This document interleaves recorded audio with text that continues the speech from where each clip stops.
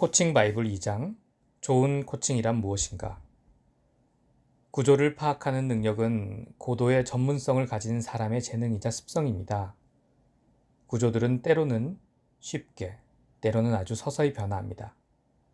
구조들과 충돌할 때 우리는 그것과 싸우려고 하기보다는 그 구조들이 어떻게 발생하게 되었는지를 이해하고 그 속에서 좀 더 창의성을 발휘할 필요가 있습니다.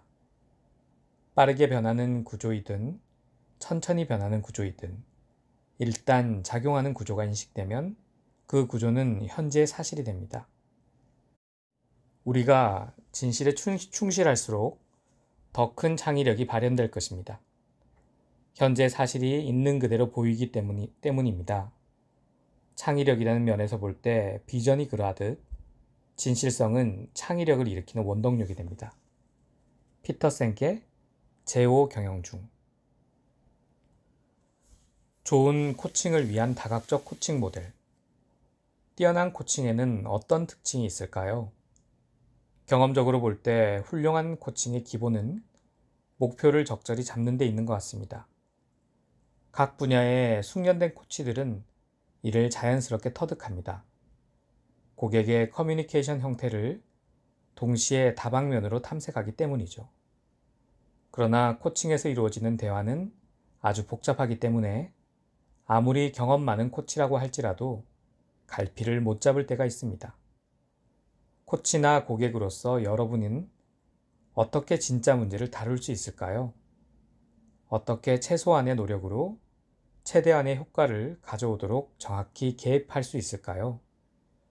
다각적 코칭 모델은 이러한 질문들에 효과적으로 집중하게 하고 간단하면서도 강력하게 개입할 수 있게 합니다. 다각적 코칭은 4가지 기본적인 진단 도구를 제공하는데 이 도구들은 어떤 코칭 작업이든 간에 모든 각도에서 중요한 것을 하나도 빠뜨리지 않도록 합니다. 또한 변화를 제안할 때 이것이 주먹구구식으로 되는 대로 찔러보는 것이 아니라 체계적인 결과를 가져올 만한 것인지 확인할 수 있도록 해줍니다. 더 나아가 예상치 못한 결과가 나타나거나 저항이 일어날 때 그 원인이 무엇이며 어느 지점에서 변화를 시작해야 하는지를 알 수 있는 수단을 제공합니다. 더불어 지속적이고 효율적인 변화 만들기 과정의 핵심을 제공합니다. 또한 성공만큼이나 실패와 실망으로부터도 배우게 합니다. 이 모델은 종합적인 구조를 제시합니다. 이번 장의 목적은 코칭 파트너십에서 당신이 맡고 있는 역할이 무엇이든 간에 쉽게 적용할 수 있는 틀로서 다각적 코칭 모델을 소개하는 데 있습니다. 지금까지 이 모델은 코치와 고객, 코칭 위탁자 모두에게 사랑받았는데요. 이 사실이 중요한 이유는 뛰어난 코칭이란 코치 한 사람의 힘으로 결정되는 것이 아니기 때문입니다.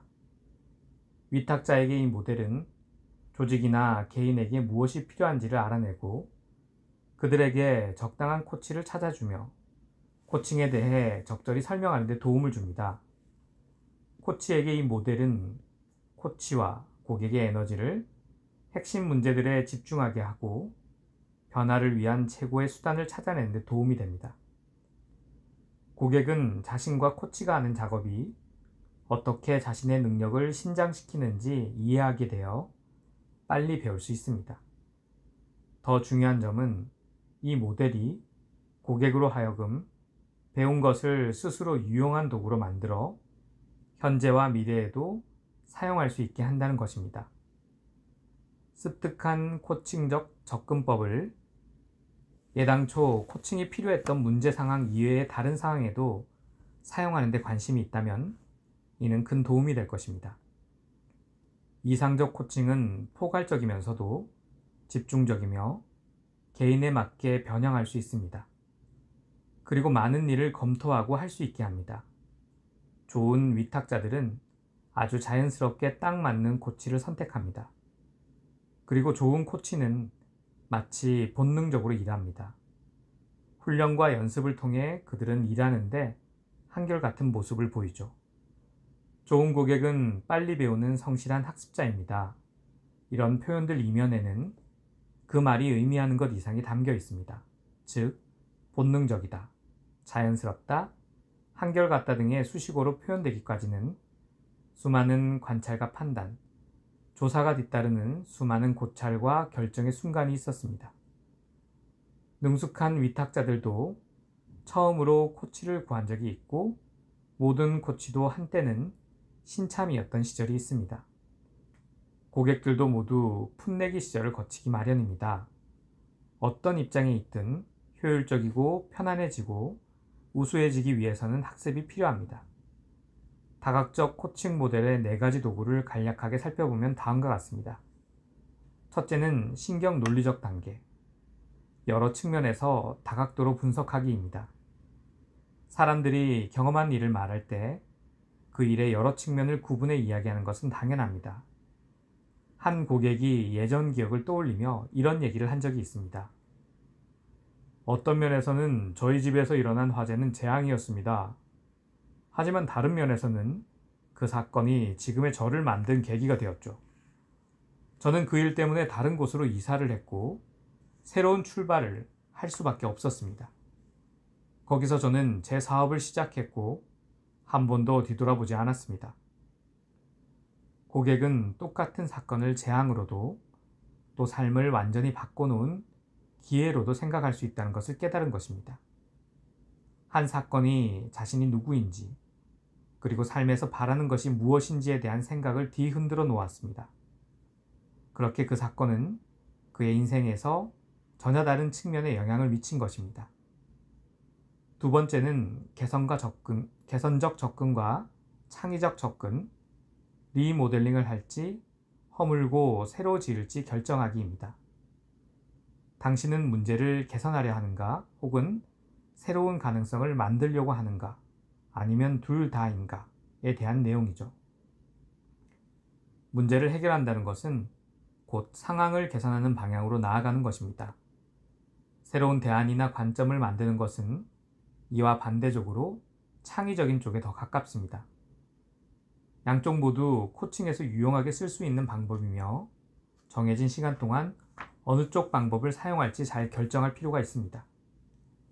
세 번째는 시스템적 접근, 부분보다 전체를 보고 현상보다 패턴에 주목하기입니다. 시인 존 던은 어느 누구도 그 자체로서 온전한 하나의 섬은 아닐지니 라고 했습니다.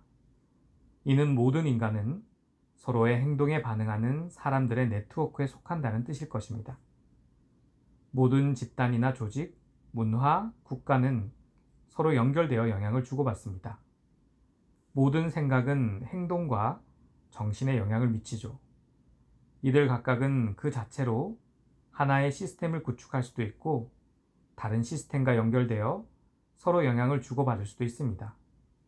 코칭은 우리에게 순간의 관찰이나 선택을 넘어 이런 시스템적 요소들을 파악하도록 요구합니다.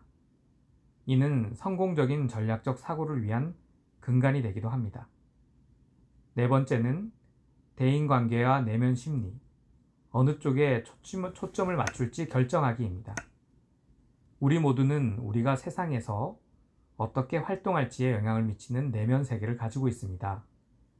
내면 세계에 상이한 심리적 요소들은 우리에게 도움이 되기도 하고 방해가 되기도 합니다.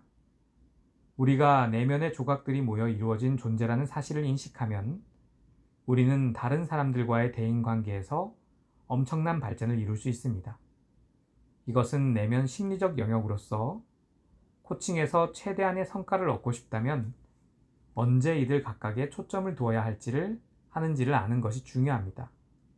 이 4가지 도구는 개별적으로도 매우 유용하지만 함께 합쳐지면 무슨 일이 일어나는지, 어떻게 개입할지, 그리고 다음에는 무엇을 할지 알게 해줄 막강한 방법을 제공하는 매우 효율적인 코칭 모델이 됩니다.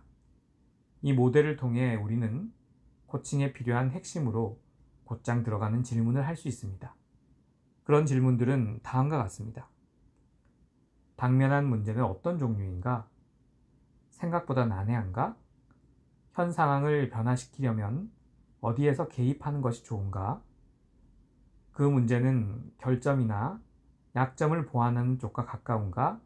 아니면 새로운 행동이나 해결책 또는 문제 자체를 보는 시각을 새로이 만드는 쪽과 가까운가?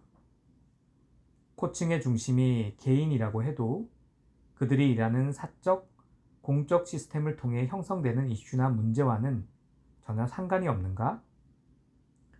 코칭을 통해 생긴 변화들이 그런 시스템에 어떤 영향을 미칠까? 그 문제는 한 사람이 다른 사람들과 관계하는 방식과 관련이 있는가? 아니면 그들이 스스로와 관계하는 방식과 관련이 있는가? 그럼 이제부터 네 가지 요소가 각각 실제 코칭에 어떤 식으로 적용이 될 수 있는지에 대해 구체적으로 살펴보도록 합시다. 코칭의 시간이 얼마나 걸리는가? 코칭은 그 자체로 진보의 과정이며 종종 다른 진보 과정의 속도를 높이는 데 관여합니다. 고객이 자기 문제를 자각하는데 더 예민해지고 자기 경영에 더 큰 효율성을 얻게 하려면 얼마만큼의 시간이 걸릴까요? 이 문제는 전적으로 개인에게 달려 있습니다. 사장에서 이런 질문들이 제기되고 논의될 것입니다. 불확실성을 피하기 위해 코치와 고객은 몇 번이나 만남을 가질 것인지 횟수를 정합니다. 마지막 세션에서는 향상된 정도를 검토하고 새로운 계약에 합의하죠. 상위 수준의 논리적 단계에 있는 문제들은 하위 영역의 문제들보다 연구하고 해결하는데 시간이 더 많이 걸립니다.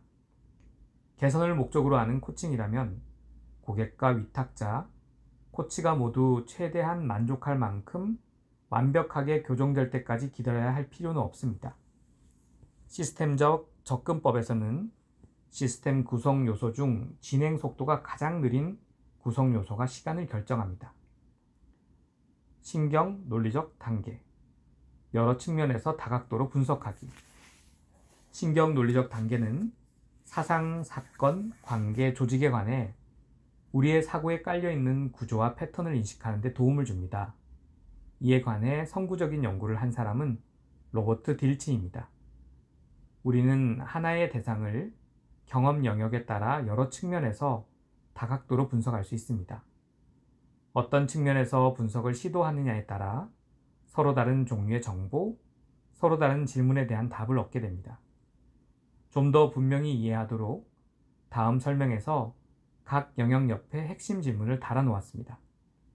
환경, 언제, 어디서.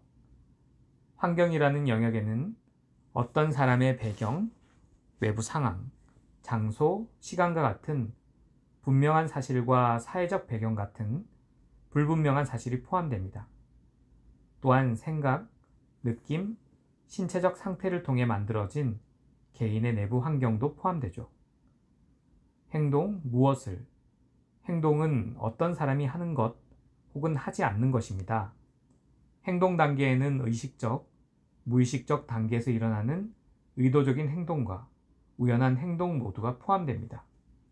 이 영역에 있는 문제들은 무슨 일이 일어나는가와 일어났는가와 관계가 있습니다. 능력 어떻게?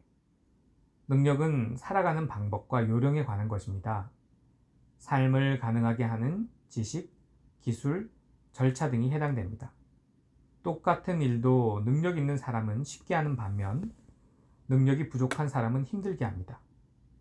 이런 능력들은 타고날 수도 있고 후천적으로 습득하기도 합니다. 신념과 가치, 왜? 신념과 가치는 개인과 조직의 판단과 행동의 기준을 제공합니다.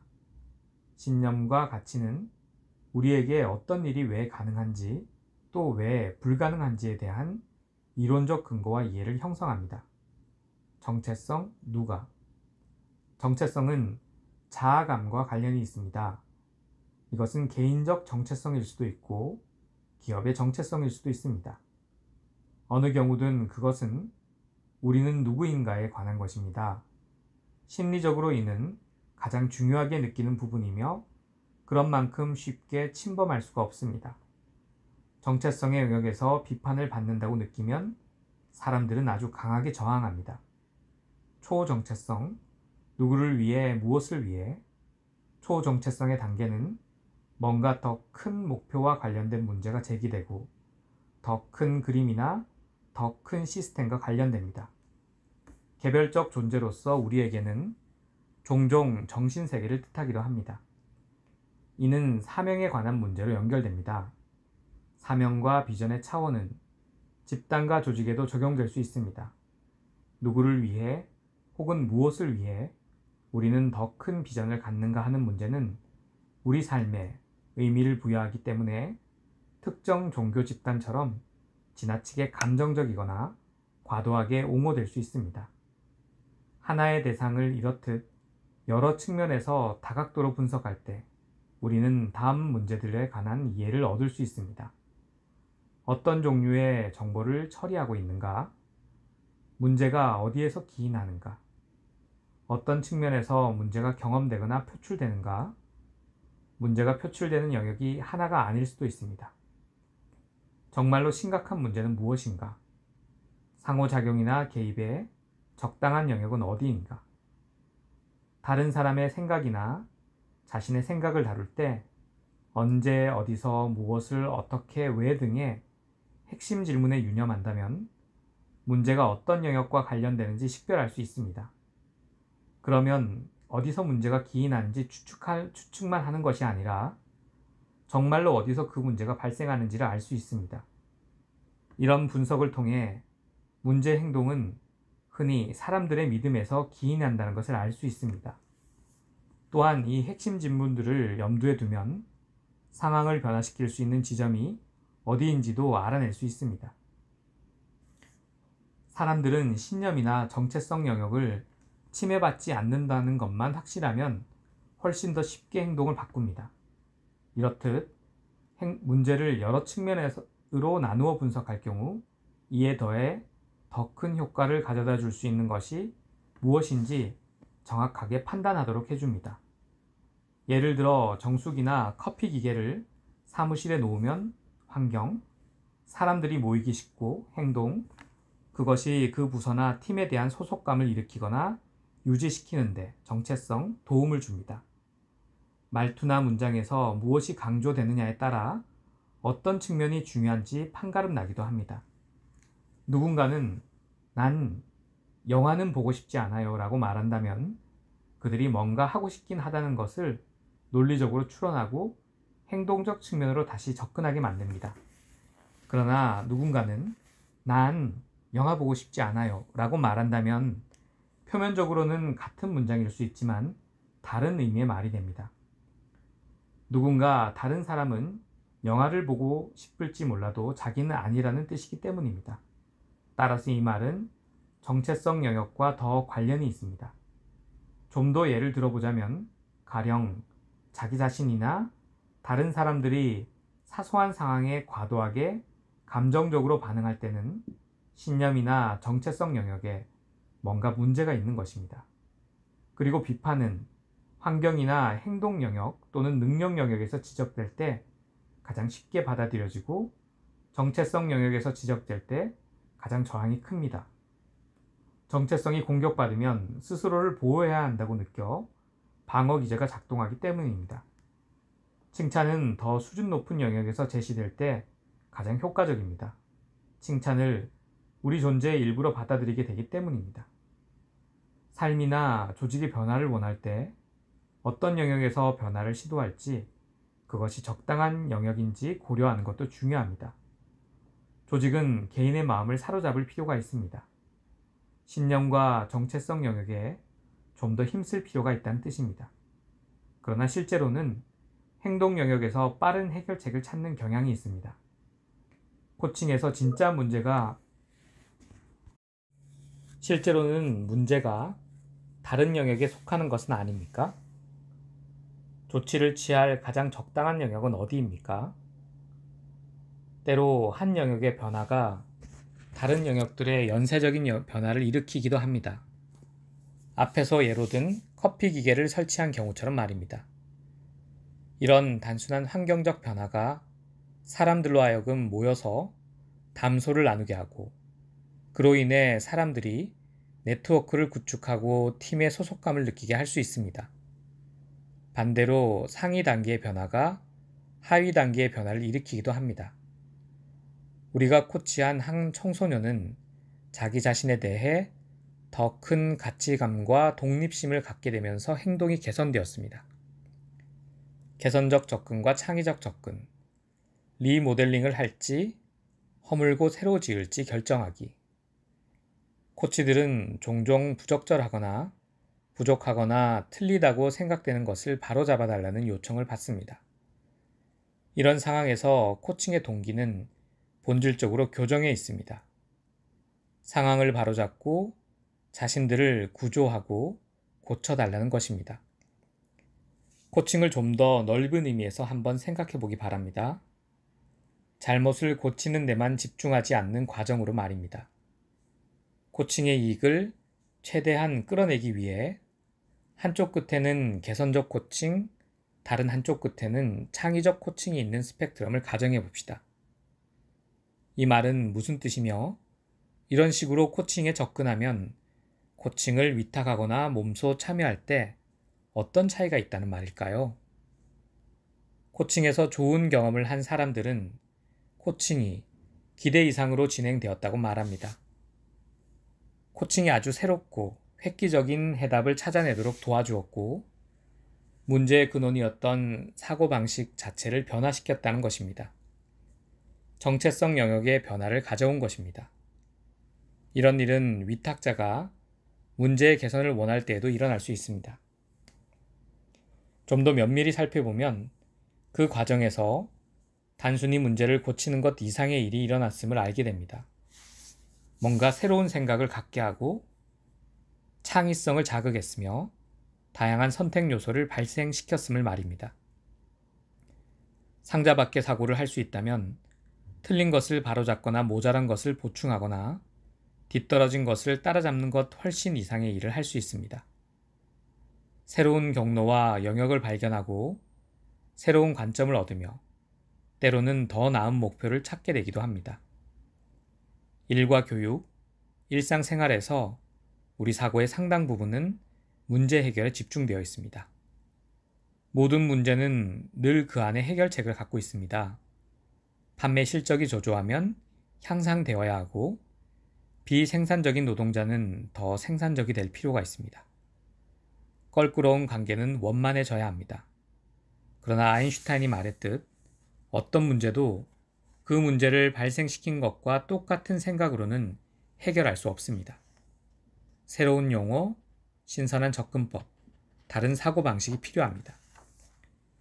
단순히 코칭의 입장을 개선적, 창의적 스펙트럼의 연속선상에 놓는 것만으로도 새로운 시각을 얻을 수 있습니다.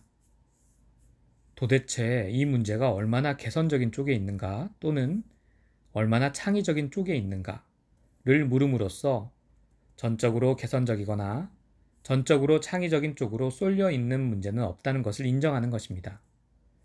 우리가 좀 더 효율적인 행동 방식을 습득하거나 환경을 개선하거나 기술을 배우거나 더욱 개발할 때 우리의 사고와 자부심은 향상될 것입니다. 예전에는 하지 못했던 행동, 사고, 태도, 느낌을 촉발시킬 때 이것은 창의적인 것입니다. 사회적으로나 업무적으로나 영향력 있는 자리에 있는 사람이 더 나은 방향으로 변하면 주변 사람들에게 그가 제공하는 환경도 변화합니다. 이것은 당연히 아주 창의적인 것입니다. 정말 훌륭한 코칭은 창의적일 수밖에 없습니다.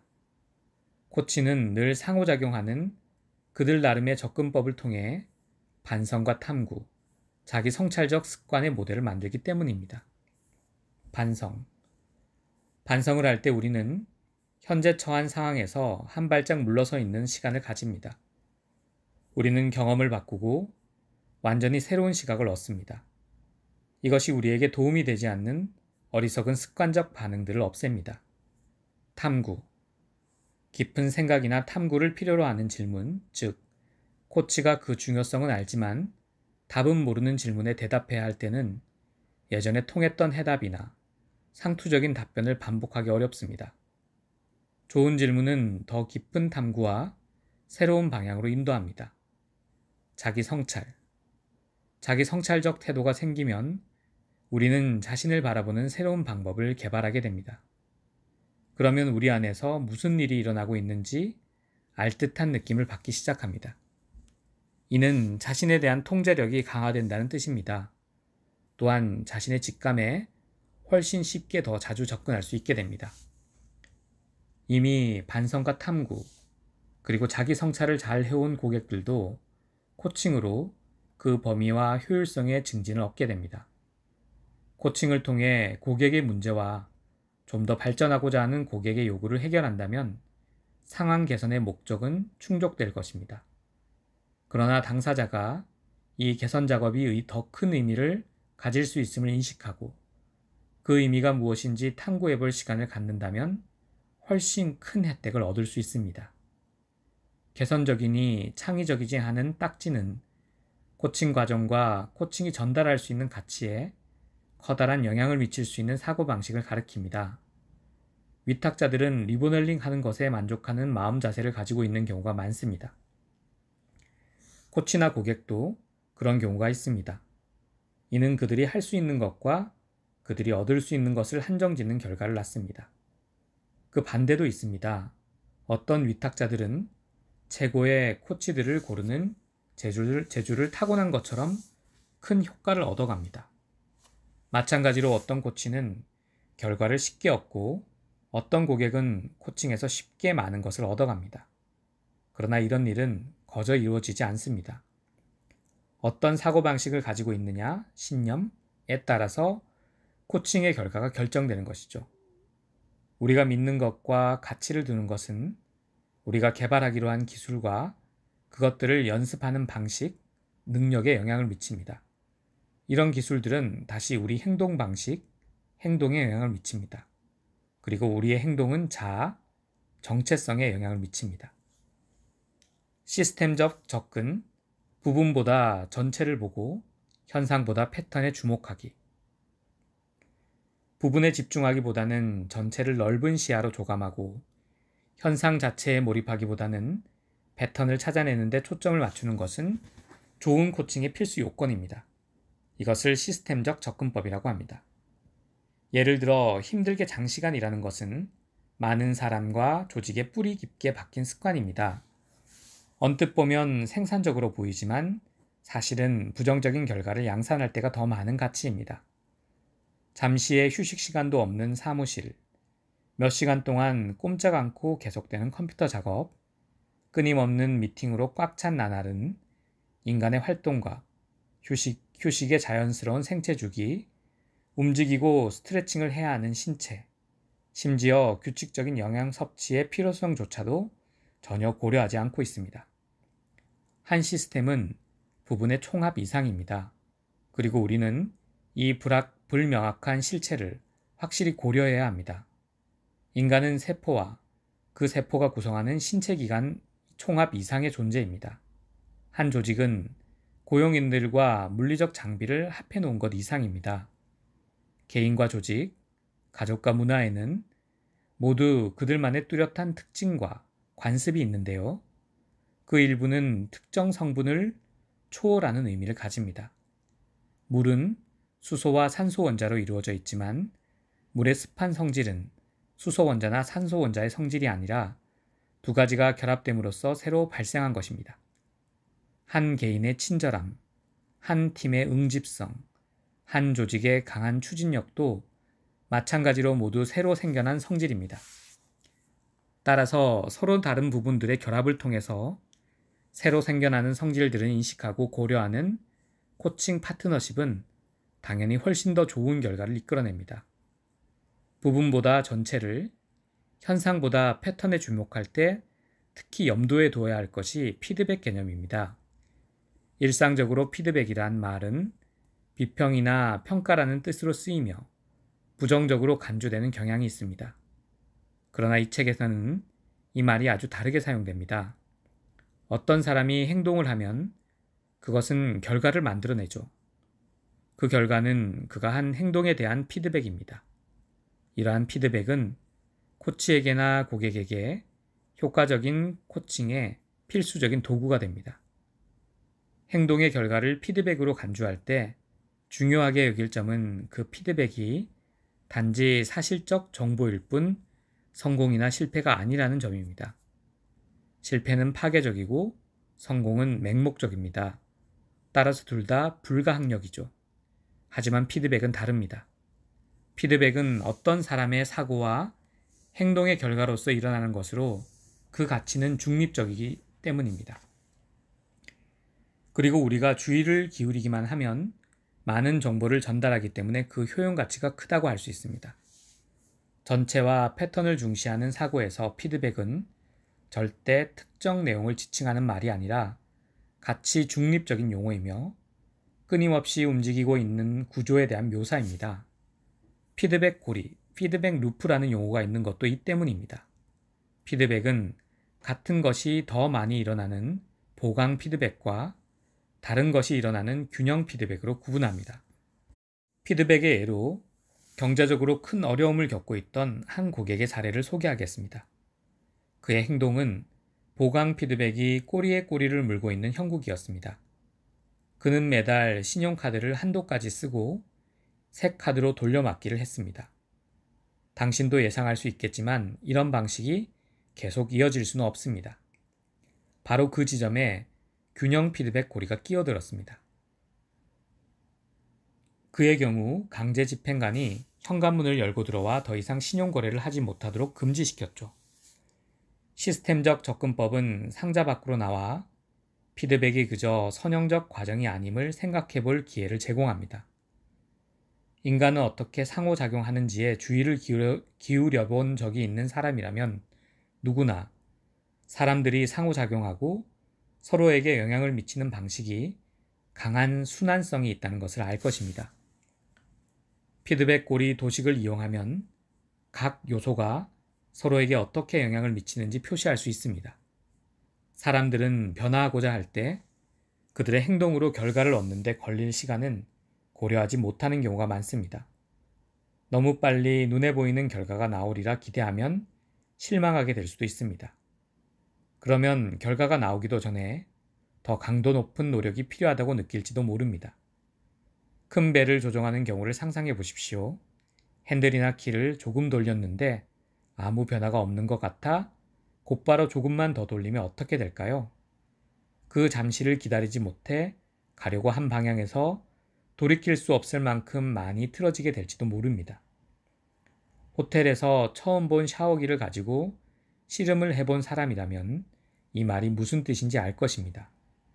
처음에는 너무 뜨거운 물이 쏟아져서 수도꼭지를 찬물 쪽으로 조금 더 돌렸더니 이내 찬물이 쏟아진 경험이 있을 것입니다.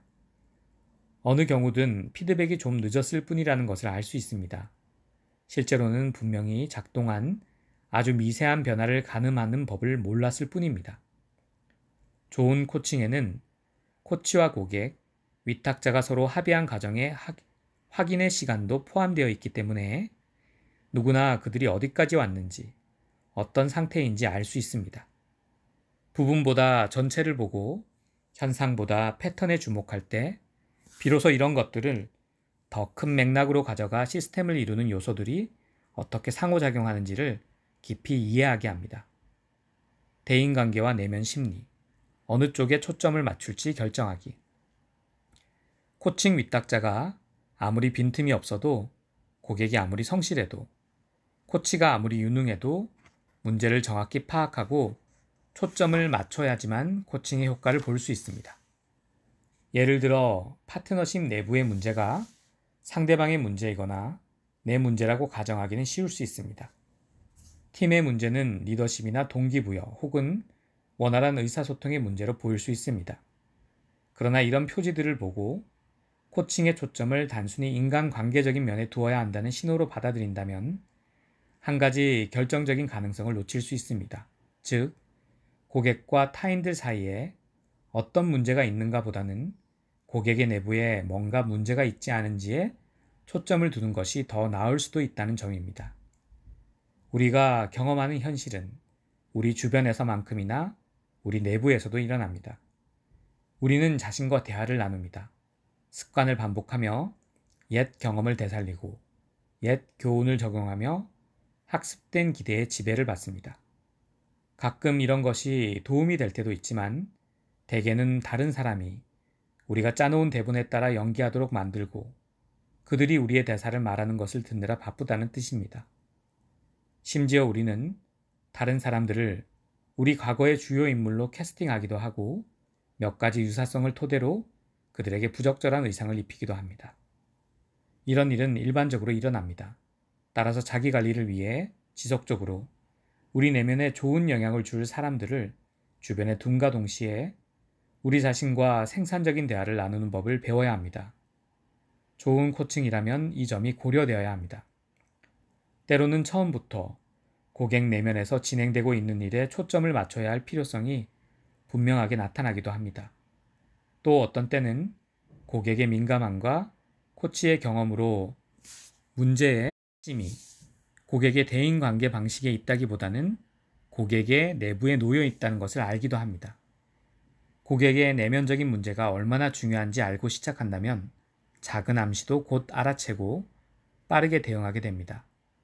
따라서 그 코칭은 더 깔끔하고 훨씬 더 효과적이 됩니다. 고객이 아무리 열심히 코칭에 임하고 그의 대인 기술이 아무리 뛰어나도 진짜 문제가 있는 곳을 잘못 짚었다면 그 코칭은 장기적으로 보아 별 소용이 없을 것입니다. 다각적 코칭 모델 연습하기. 일단 구분법에 익숙해지면 다각적 코칭 모델이 자연스럽게 다가옵니다. 4가지 기본 구성 요소에 익숙해지려면 그것을 직접 활용해 보는 것이 가장 빠른 길입니다. 다음 3가지 문제를 통해서 연습해 보십시오. 연습 문제 1. 다른 사람들의 대화를 듣거나 라디오나 텔레비전에서 인터뷰를 들을 때 그 토론의 어떤 논리적 단계들이 관련되어 있는지 자신에게 질문해 보십시오. 연습 문제 2. 어떤 문제에 대한 해답을 찾고자 할 때 잠시 그 문제가 개선적인 것인지 창의적인 것인지 생각해 보십시오. 창의적인 접근법을 택함으로써 또 다른 혹은 더 나은 해결책을 찾을 수 있을까요? 개선적 접근법으로 당면한 문제를 해결할 수 있는 경우라도 다른 영역, 예를 들어 그 문제를 야기한 원인이 무엇인가를 고려해 창의적 접근법을 취함으로써 시스템적 이해를 통해 훨씬 더 폭넓게 유익한 변화를 이룰 수 있지는 않은가요? 연습 문제 3. 최근에 가정이나 직장에서 곤란을 겪은 사건을 다각적 코칭 모델을 사용해 재검토해 보십시오. 어떤 논리적 단계가 관련되었다고 생각하는지 자신에게 질문하십시오. 자신이 취했거나 취하려고 한 행동은 절대적으로 개선적인가 아니면 절대적으로 창의적인 것인가? 이 사건은 어떤 종류의 피드백을 당신에게 주었나요? 그리고 당신은 그것을 어떻게 해석하고 반응했습니까? 어떤 일련의 반향들이 일어났습니까? 어떤 종류의 피드백 고리를 감지했나요? 피드백은 보강적이었나요? 균형적이었나요? 드러난 성질은 어떠했나요? 어떤 내면 심리적 혹은 대인관계적 요소가 포함되었나요?